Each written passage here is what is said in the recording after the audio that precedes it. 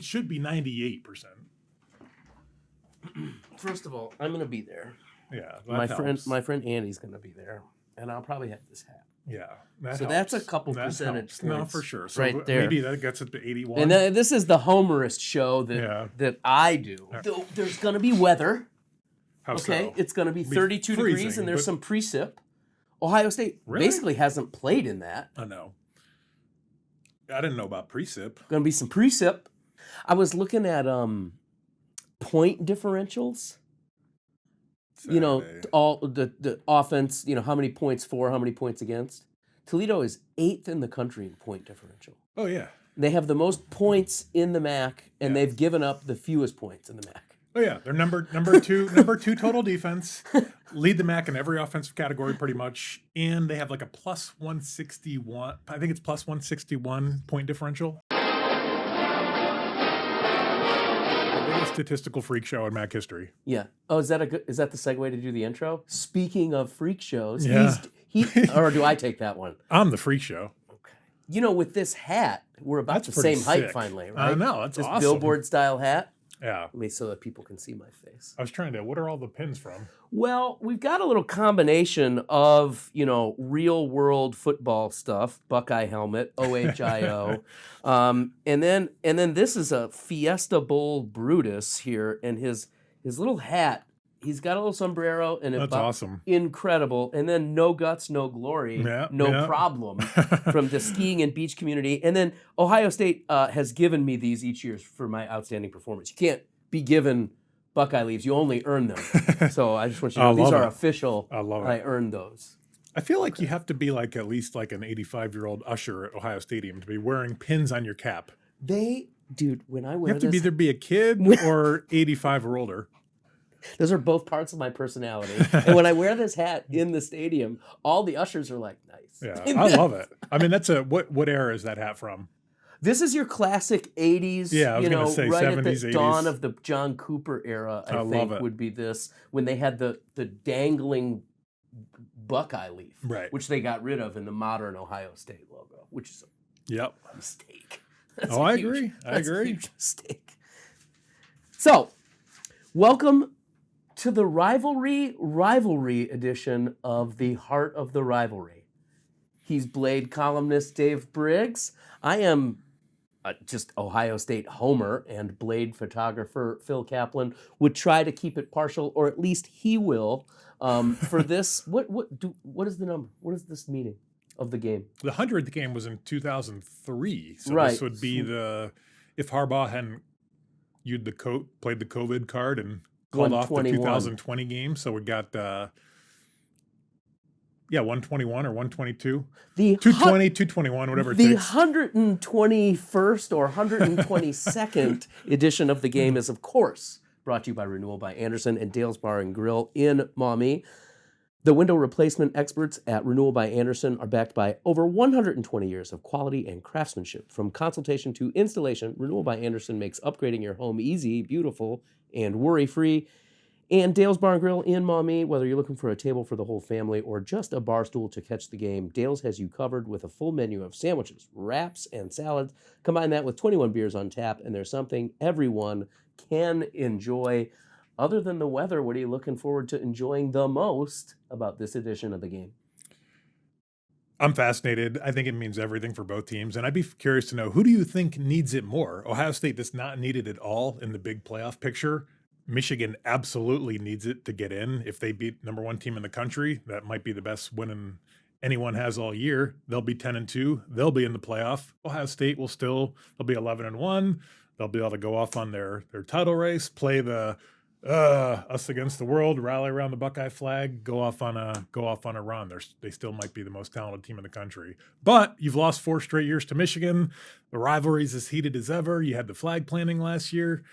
Who needs it more? Ohio State for the pride and just quality of life for Ryan Day and the mental health of the fan base, or Michigan, who literally needs it to get to the playoff? I don't think it's by any logic, by any reason, you would say Michigan needs it more. I'm not sure that's the case. On paper, right? In terms of we need this for our season to keep going. Yeah. But like psychologically, Psychologically, this could be the biggest win for the Wolverines against the Buckeyes in our Yeah, lifetime. since last year.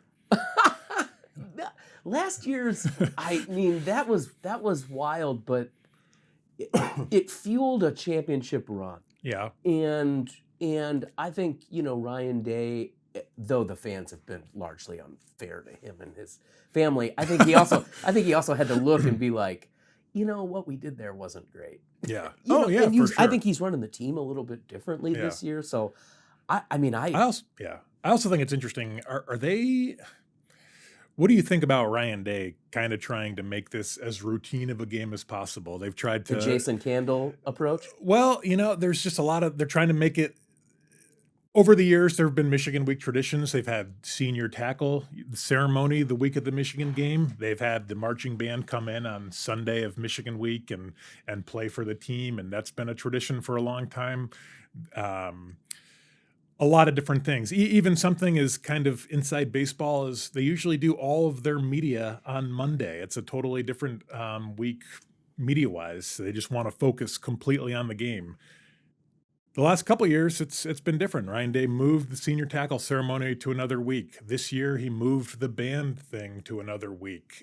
This year, they're keeping media obligations the same. So even though it's Thanksgiving week, they're going to have post-practice interviews on Wednesday night. Yeah. I've heard rumors they might even be flying up to Michigan this year instead of the normal bus trip, just to try to make it as normal as possible. And That's I don't know when I fly up there. Right. No, absolutely. Well, who knows? But it kind of goes back to the John Cooper feeling, who you tried everything, and then you kind of almost as a defense mechanism, you say, well, this is just another game. Let's do what we've done all year. Whereas Jim Tressel and Urban Meyer said, no, this is not. We're putting everything into it. Everything's different about this week, and we're going to use that to our advantage. So I don't know what the answer is. If you do well, you're a genius. If you don't, it's completely in your head and you have no idea what you're doing. So we'll see. It's kind of a lose-lose for Right. the Buckeyes. If they go out there and win, well, you were supposed to. If they go out there and lose, it is a disaster. I disagree with that. It's not a lose-lose. If you beat Michigan, that's an incredible win. And it's a huge, but you're huge, supposed to. Right. But it'll be a huge weight off their shoulders. They'll Yes. have the upper hand. Yes. It'll be the defending national champions. Yes. Everything will be well in Buckeyes Yes. land. It's crazy to think Ohio State's just one of those jobs, but they are defending national champions, 11-0, and in the completely insane world that is the Ohio State ecosystem, they are one loss to Michigan away from Ryan Day having to call that security company to come back to his house on Saturday night. It's completely unhinged, and I'm not saying anything would happen, but that's the mindset. Oh, Well, no game means more this year, and no game could have meant less than the Ohio State Rutgers game. And usually you at least take the night and you say, then we're on to Cincinnati or whatever. the Scarlet Night. But in the post-game interview, Ryan, they were like, on to Michigan. And Yeah. he's like, we're playing for hardware now. So something matters. They're keeping some of the stuff alive, and it's on his mind. So I think you can do that stuff to achieve normalcy, but like it matters more. Right. You can't avoid that. Oh, yeah. You just cannot. Again, it's just one of those things where if they win, it'll be a brilliant stroke of genius to kind of change it up a little bit. And if they lose, it's, oh my God, you guys are such losers. They're so in your head. Okay, so Jerry's and Joe's, we think Ohio State has the advantage. We saw that if you do some dumb stuff with X's and O's, you can give up your advantage. What goes right for Michigan if they win this game? What do they do? Well, I mean, they run the ball well. They're going to lean into their identity. Maybe Bryce Underwood, promising freshman quarterback, who's obviously be very uneven. He does not make any mistakes. Makes a couple big plays. Plays within a conservative game plan. And Ohio State beats itself. I mean, as you said, the Jimmies, the Jerrys, the Joes and the Joes. Ohio State's going to have the big advantage. We don't know if I do think it'll be interesting it's a huge point to watch with the status of Ohio State's receivers, Carnell Tate and Jeremiah Smith, the two best receivers in the country. I think Jeremiah Smith will definitely play. I think he will definitely play. That's a little. I think he will play. Think definitely. I think definitely maybe. Carnell Tate is. I have no idea. They've just been very vague about that, and I would be if I had to just a total hunch. I bet Jeremiah Smith plays and is 100% close to it. I bet Carnell Tate does not. If I'm guessing. Really? Yeah. I'm going to hunch against your hunch. Okay. My hunch is that he plays. Okay. My hunch is that at some point he's like, wait a minute. Yeah. This is my This is last. the Michigan game. Yeah. No, for sure.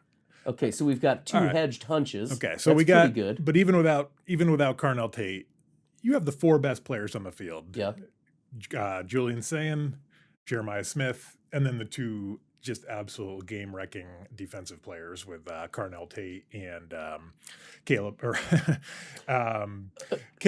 Reese and Downs Caleb Arvell Downs. Reese, yeah, leading the top-ranked defense in America. It's hard to imagine Michigan scoring more than 17 points. It's just Ohio State getting to that 21, 24, 27 point mark. They should, but as you mentioned earlier, we got going to have wind chill in the 20s, a little precipitation. The California kid at quarterback for Ohio State, who knows? We'll see. I mean, if you have one receiver out and the offense looks a little stilted early, does Ryan Day kind of tighten up and revert back to just trying to pound it between the tackles and getting in a tough guy match against Michigan? Ugh. I don't know. I mean, I think it's so much about the early momentum. Ohio State could get up 14-0 early and win by 35. Would not surprise me. They could just kind of get into a weird physical grinding game early, and it's an absolute bare knuckle fight the entire game. So I'm fascinated. I'm here to tell you that win or lose, I think Michigan scores 17 points. Okay. They're either losing by 14, scoring 17, the 31-17, Yeah. or they're winning 17-16, 10. 17-10. Yeah. And I can see it. that is only going to happen if the weather plays a huge factor. Sayin tightens up, and then, as you said, Day follows that tightening up. Yeah. Because our run game is not super dominant. Now, they got a lot of practice against 250 Rutgers, yards. but as Rutgers, I know. and- Worst run defense in America. and Michigan's strength remains their interior of their defense. Sure. Ohio State's got a great defense, but it's not the defensive line that is the strongest part. So Michigan's strength, that running game, it could dent. Yeah. For Could sure. it could break the skin. Right. Could cause a serious infection. Absolutely. They could, yeah. I would not be surprised at all if Michigan gets the ball first, drives down the field, and then it's just absolute go time and gut check time. We'll see what Ohio State's made of. I'm fascinated. Have you, how many Ohio State Michigan games have you gone to? Oh, probably 15, 16, 17. So you've been to many in the big house. Oh, sure. What do you like about seeing the game in the big house? I don't know. I mean, I just like seeing, they're both just such classic settings. I think Ohio State has a little bit more of the hostile, fringy edge where there's just Coliseum intimidation. Yeah. It never gets old standing on the field at Ohio Stadium and just looking up at this massive Scarlet Canyon. It's just visually intimidating in a way Michigan Stadium's not. But both are classic settings. Ohio State can get louder. I love that it'll be a gray day, maybe with flurries like a couple years ago. What It it's just supposed kind to of be. feels straight out of like a Currier and Ives, or Rockwell Yeah. painting. I mean, that's kind of the ghosts of Woody and Bo. It just feels like that's how it should be. I don't know. They're two. I think Ohio Stadium's just a cooler architectural setting and just a slightly cooler place. But Michigan Stadium, I mean, it's That big bowl dug in a little bit. Awesome. And the I brick. mean, it's right. Kind of cool. Just the walking up to Michigan Stadium, it's always just crazy because I mean, you go before they put the suites on. That kind of built the stadium up a little bit on both sides, but Michigan Stadium's only about like 12 or 13 feet. It's a little hidden off of the ground. It looks like you're walking into almost like a high school stadium, and from some angles, and then you walk in and see it dug into the ground, and it's like, oh my god! And then once 110,000 people fill in, and this just sea of humanity, um, it's a scene that every college football and every Ohio State fan should experience. And you will be there. I will be And there. where are you sitting, by the way? There's not a bad seat in the house. That's the one great thing about Michigan. We got about like 20-yard line. Okay. I'm not sure what side I'm on, and I'm not sure if I'm in an Ohio State contingent or you know if we'll be the lone red shirts in a sea of yellow. But it is my friend and Ohio State graduate's first ever Ohio State Michigan game, which seems unfathomable to me. An Ohio State graduate? A graduate. They didn't go when they were in school? That's what he said. I was like, how did you manage to do that? Anyway, he's coming in from Arizona. Okay. I'm looking Who's forward going to to adjust hosting better to the cold weather, him or Julian Sam? He thinks that he's going to be the good luck charm. Okay. I'm going to give him credit for that because we need something. Yeah, no, for sure. Just like Ryan Day said, I mean, you gotta change things up. I am worried about Julian. As you said, everything about this game is more fascinating. It's all heightened up a little bit, but I am like. Julian Sand has had nothing but, you talk about it should be a gray day. He's had nothing but adversity. Sunshine skies, no adversity. The weather's been great. He's had plenty of time. Yeah. And I think for the first time, he's going to be rushed and he's going to be uncomfortable. Yeah. No, I agree. And speaking of Ryan Day wanting to make everything normal, are you a little worried that since you don't go to the Michigan game every year and your buddy doesn't go to the Michigan game every year, that's kind of veering from the goal of making this as routine a week as possible for Ohio State? This is 2 in a row for me, so I'm doing my part. Okay. I'm standardizing. Okay. But you guys need to start going every year now. My dad's not going, seats. though. You talk about a difference in preparation. Okay. This game will not have in attendance my father. Yeah. For the first time in... Yeah. Before John Cooper. Sure. We're back to the Earl Bruce talk. Okay. Favorite Earl Bruce moments. Go. No, I'm just kidding. 1987. Do you want to do this quote thing? Sure. Okay. So which one do you want to start with? So this is a new segment that we're calling Dave's. We're calling Dave's deep dive quotes of the week.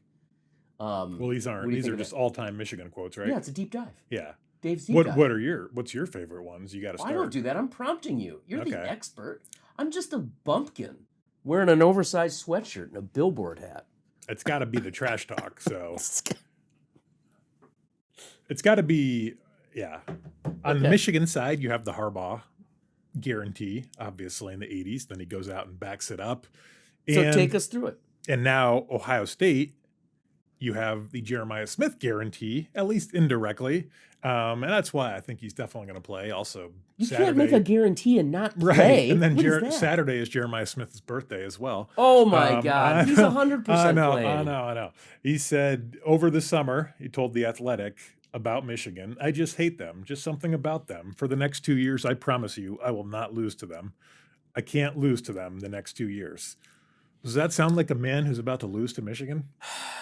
But does then not. again, if they're not going to throw it to him like they didn't last year, what's he going to do?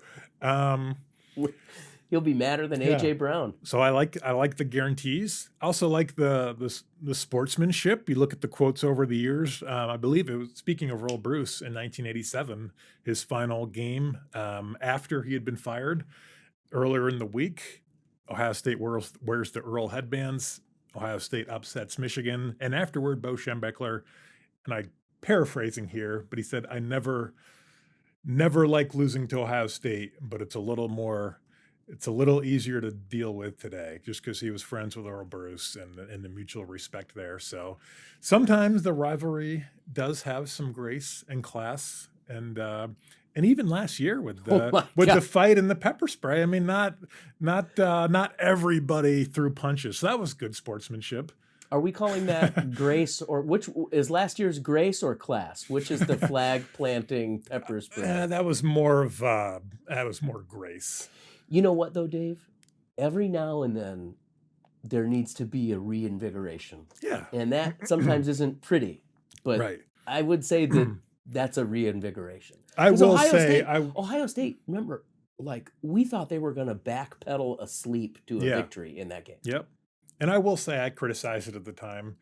Just it kind of felt like a loser move for Ohio State to go out and fight Michigan for planting the flag. It's like you just lost them for a fourth straight year. This time is a 20.5 point favorite. How about doing your fighting on the field? But then we saw that kind of did become a literally a rally around the flag moment. And they kind of used that just edge to do what they did next. So And change into this perspective season. changed a And little I know bit. the Yeah. teams are different, but that theirs felt like Yeah. carryover. Would it be weak sauce if Ohio State planted a flag at Yes. midfield this Yes. year? Or Yes. would it be even weaker sauce if they went in with like a 17-0 halftime lead and planted a flag at midfield? At halftime. Now you've got my attention.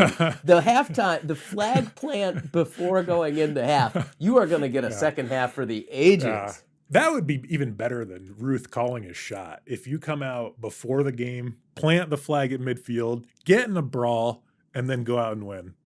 68-0. On the flip side, The last time, you said we've debated a little bit. Like I'm sort of, I've got some bias of the moment going on, but I was like, man, this team is so good. They're just taking care of their opponents.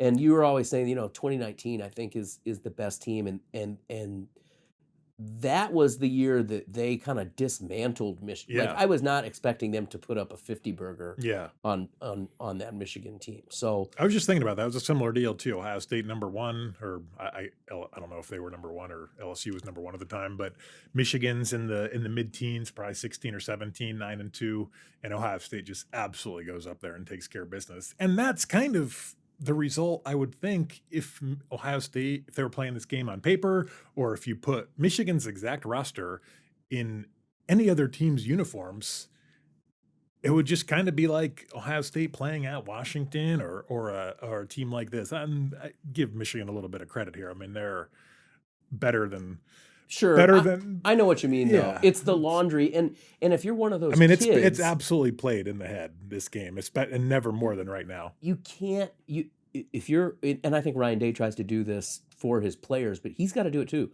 You cannot play the ghosts. You can't go out there trying to play ghosts. You have to play just the team, Right. the guys in front of you, and that's it. And let Right. guys like us, the talking heads, And it starts at the top. sit there and analyze and it. it starts at the top. Nobody was playing the ghosts more than Ohio State's coaches last year. Yeah, We've heard it for 25. We hear it ad nauseum, and nobody likes to say it more than Urban Meyer. The team that wins the rushing battle traditionally wins the game. And that's clearly what Ohio State was trying to do last year. And that's not, if they're going to win this year, it doesn't matter. Yeah, you want to be balanced, but Ohio State has a Heisman contender at quarterback, some of the best receivers in the country, great tight end. Use your advantage. You have the advantage through the air. It might be mitigated a little bit with the weather, but this isn't 1975 anymore. If you can hammer them through the air, do it. if there's precip and it's cold, that's fine. If there's wind, we'll be in trouble. But if there's no wind, then throw the ball. Sure. Throw it up to number 4. He's down there. Absolutely. All right, we're gonna take a break. When we come back, we'll do everybody's favorite. We'll predict some scores. We'll talk about Toledo and BG a little bit. Toledo's still trying to position itself to win the MAC. BG going out against UMass. You like to think that they're gonna get a win. No, yeah. Worst team in the I think they're country. 17-point favorites. We're gonna get into some scores. For the other big Ohio-Michigan showdown this weekend? We're going to have some predictions. Okay, that stuff is, of course, brought to you by Renewal by Anderson and Dale's Bar and Grill in Maumee. Dale's in historic Uptown Maumee. Catch all the college football action as well as the NFL at Dale's, one of the premier Buckeye bars in Northwest Ohio. Wolverines welcome. I'm sure there'll be a contingent of maize and blue and scarlet and gray, as there is all over Toledo. Really is what makes Toledo, I think, a cool sports town for this particular Absolutely. week. Hence the heart of the rivalry. Heart of the Rivalry, also brought to you by Renewal by Anderson. If you're ready to transform your home with Renewal by Anderson, buy one window or door, get another 40% off, but only through the end of the year. Schedule your free consultation today at renewalbyanderson.com. Before we do scores, this is my annual PSA. This is my annual grind my gears PSA. The Ohio State-Michigan game should not be the same week as Thanksgiving. I don't care. Figure it out. It didn't Get used out. to be. It didn't. Yeah. Get them. They should be separate things. It's too much for families in this region. Yeah. That like said, it. Yeah. do you want to start with Bowling Green wrapping up their season against UMass? Sure, this is the game we didn't know we needed. BG at UMass, 4:30 p.m. on ESPNU, a little Tuesday afternoon football. BG is a 17-point favorite over the last winless FBS team. UMass remains a total disaster. Their FBS football experiment that they started in 2012 still remains a total failure. BG gets off the schneid here and should take care of business going into the offseason. Do they let's cover? say I don't think they cover. Okay. I think let's say 27 to 14. I love it. Now, the mass of humanity, not the UMass of humanity, the mass of humanity above the top of the MAC. Yep. So let's say Toledo does what it needs to do. We need an Eastern Michigan victory. No. You need, ideally, you want Western Michigan. Well, there's just to quickly go through. If all the favorites win, you have Western Michigan winning at Eastern Michigan, so they finish at 7-1. And if all the favorites among Ohio, Miami, and Toledo win, you have the 3-team tie for second place at 6-2. And for God knows why, Miami, despite losing to Ohio and getting throttled by Toledo, so losing to the other two teams in the tiebreaker, they would win the tiebreaker. That seems against the spirit of football. It does. Dave. Let's decide it on the field. That's not football. So you want Toledo just needs either Miami to lose or Ohio to lose at Buffalo, because they would win the head-to-head 2-team tiebreaker against either Ohio or Miami. So, and that's the good news for Toledo. Chalk never survives a full week of action. So something crazy will happen, and Toledo knows that for good and bad. Toledo could easily lose at Central Michigan. They've been a disaster. Toledo's been a disaster on the road this year. Yeah. 6-0 at the Glass Bowl. 1-4 on the road. Yeah. I think Toledo gets it done. They're a better team than Central Michigan, but who knows? The most Dr. Jekyll and Mr. Hyde team. Oh, yeah. Really sure. Two different teams. Yeah. Okay. Ohio State, Michigan. I've not thought about my score prediction, but I'll just say like 30 to 16. I think one of these years Ohio State just has to get it together, play to their talent, and do what they're supposed to do. Why not this year? I think Jeremiah Smith will play, even without Carnell Tate. Just a guess. I think they'll be able to move the ball, even with the skeptic or dubious weather. Defense is too good to allow Michigan to really get in any sort of rhythm. 30-16. What? And now I want followed by a flag plant. I want you to predict what I'm going to predict. Okay, your prediction I think is going to be homerific, super homer. What are you predicting with the weather? I think there's going to be no wind, but I think it's going to be cold and gray. Okay. And I think there might be a little precip. The Bears. Okay. In that case, snow? I think 52-7. Okay, 38-3. Okay, you heard it here first, folks. Come on. We're due to blow the doors off. You can tell he's been keeping the Ferrari in fourth gear. Like there's been plays like that you can just tell like, okay, are we going to see that? Are we going to see that? And I just don't think it's possible they can come up there and repeat the